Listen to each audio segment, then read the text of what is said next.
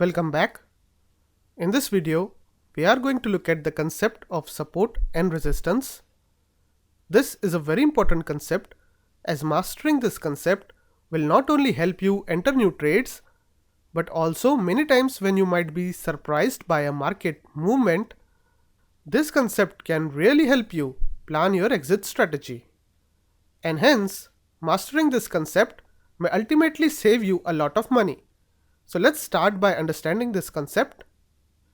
Support is defined as an area of buying that is powerful enough to halt a downtrend in prices for a substantial amount of time.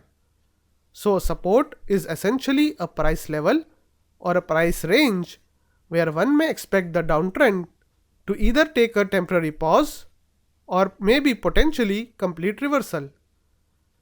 This support zone should potentially have sufficient demand expected to emerge in the area to bring about temporary or permanent price reversal.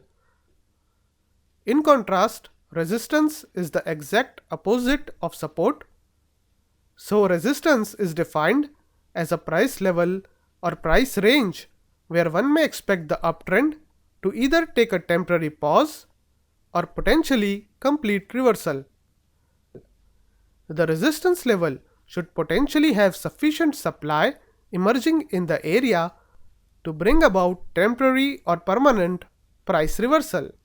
So a support level is a price level at which sufficient demand for a stock appears to hold a downtrend temporarily at least and possibly reverse it. That is, when the prices reach the support level, they may tend to move up again. Similarly, resistance level is a price level at which sufficient supply of a stock is forthcoming to stop and possibly turn back its uptrend. Now, of course, you may understand that there is some supply and demand at every price level. So in order for a level to have any importance, there needs to be a concentration of demand or supply. So for example, for a price to have a support level, there should be concentration of demand because that is what would keep the prices from going lower. Similarly, for a price to be a resistance level, there should be a concentration of supply because that is what would keep the prices from going higher.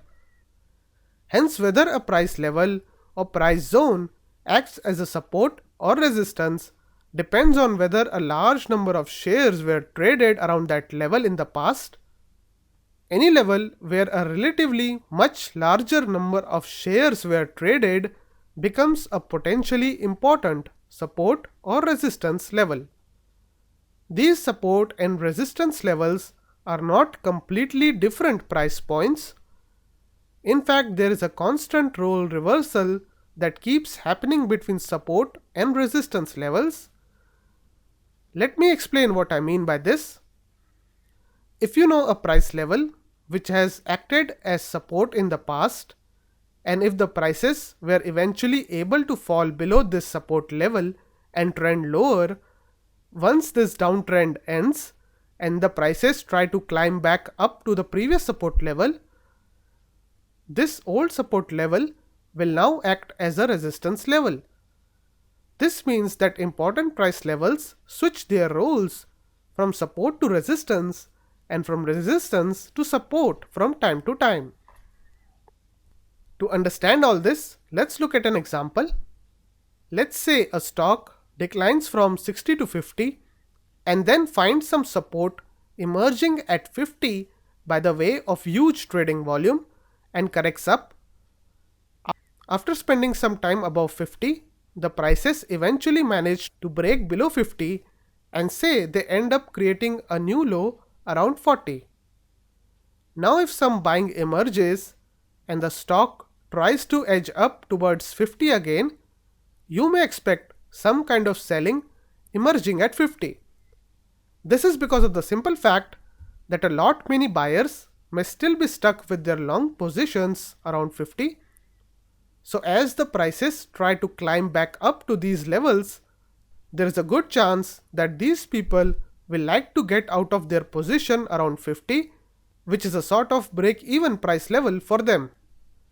So a level which acted as a strong support in the past has changed its role and is now acting as a resistance level.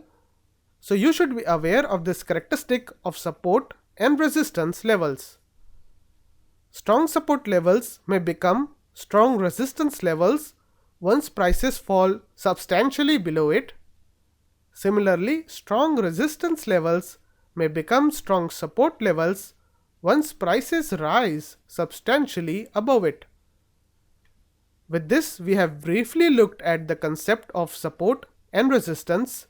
In the next video, we will look at some other important considerations related to this concept.